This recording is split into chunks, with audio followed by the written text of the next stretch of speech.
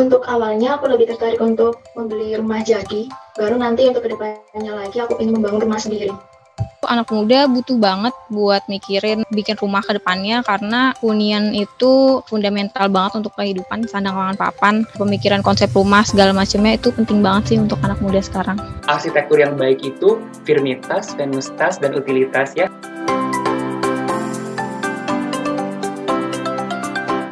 Aku Sheila, aku dari Jombang, Jawa Timur. Aku Farid, domisili Bandung. Aku Rala, asal dari Jakarta.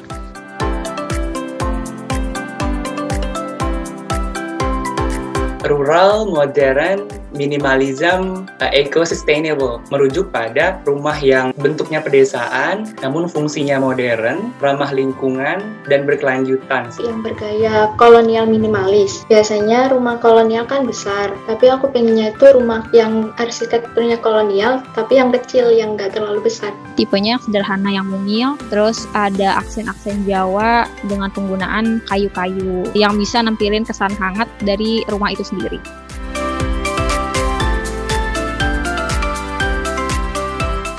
Aku kurang tahu.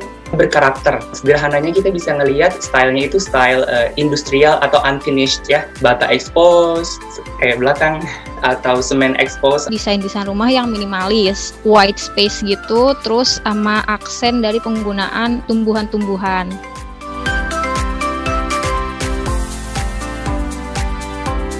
Perlu banget. Perlu ya? Karena kita nggak hidup di keadaan ini aja. Kita akan tumbuh dan pasti tumbuh. Jadi kalau nggak mikir dari sekarang, ya mau kapan lagi? Rumah itu yang akan dia tinggali sampai nanti dia mati. Jadi harus benar-benar dipikirkan bagaimana dia bisa menciptakan rumah yang nyaman untuk ditinggali bersama keluarga. Anak muda butuh banget buat mikirin bikin rumah ke depannya karena hunian itu fundamental banget untuk kehidupan, sandang pangan papan, pemikiran konsep rumah segala macamnya itu penting banget sih untuk anak muda sekarang.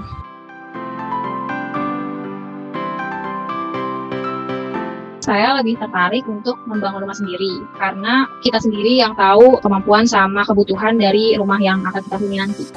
Untuk awalnya aku lebih tertarik untuk membeli rumah jadi, baru nanti untuk kedepannya lagi aku ingin membangun rumah sendiri.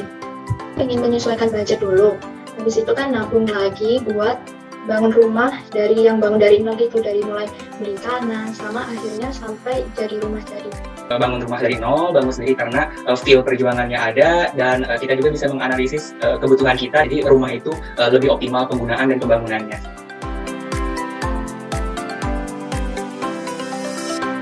Kalau untuk dari segi bangunannya aku kurang tahu, tapi kalau dari interiornya gitu aku sedikit tahu. Punya cukup pencahayaan sama nggak boleh kekurangan ventilasi, karena kalau rumah pengap sama lembab gitu kan nggak bagus untuk kesehatan. Arsitektur yang baik itu firmitas, venustas, dan utilitas ya, kekuatannya, fungsinya, dan estetikanya.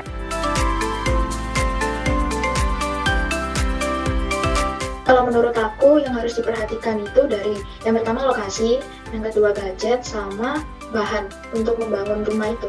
Harus benar-benar bahan yang bagus dan awet.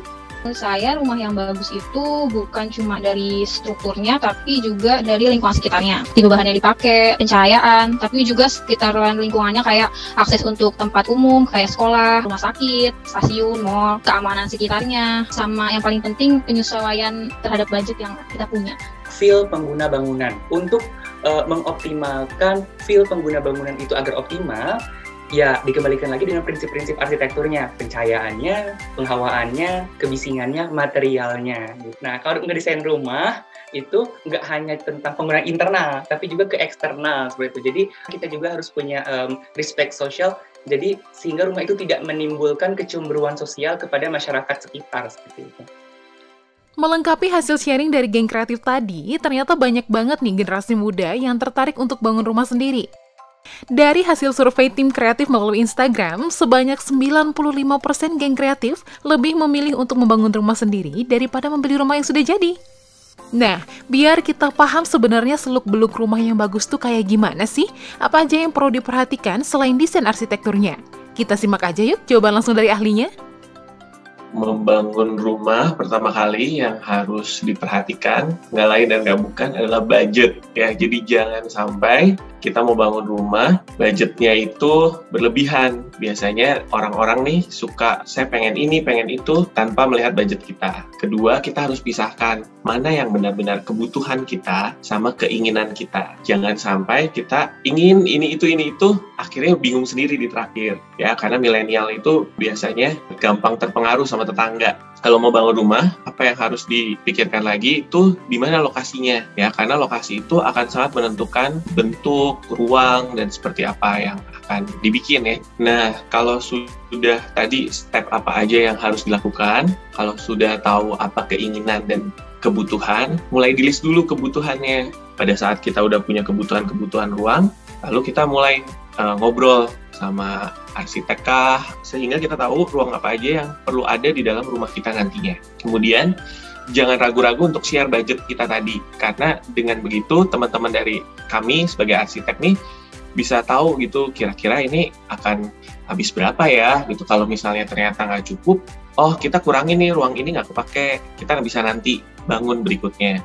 Ya, setelah itu kita cek tanahnya, kita lihat strukturnya, terus kemudian barulah kita step-step membangunnya. Mulai biasanya dari fondasi dulu, terus kemudian structure, atap, finishing.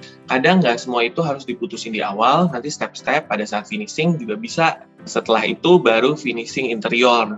Jangan sampai lupain dulu ini di perencanaan awal. Jadi pada saat perencanaan awal, itu juga udah harus ingat gitu ya untuk bikin ini semua ada gitu. Jadi satu paket yang rapih, nanti pada saat nge-build baru perlahan-lahan gitu.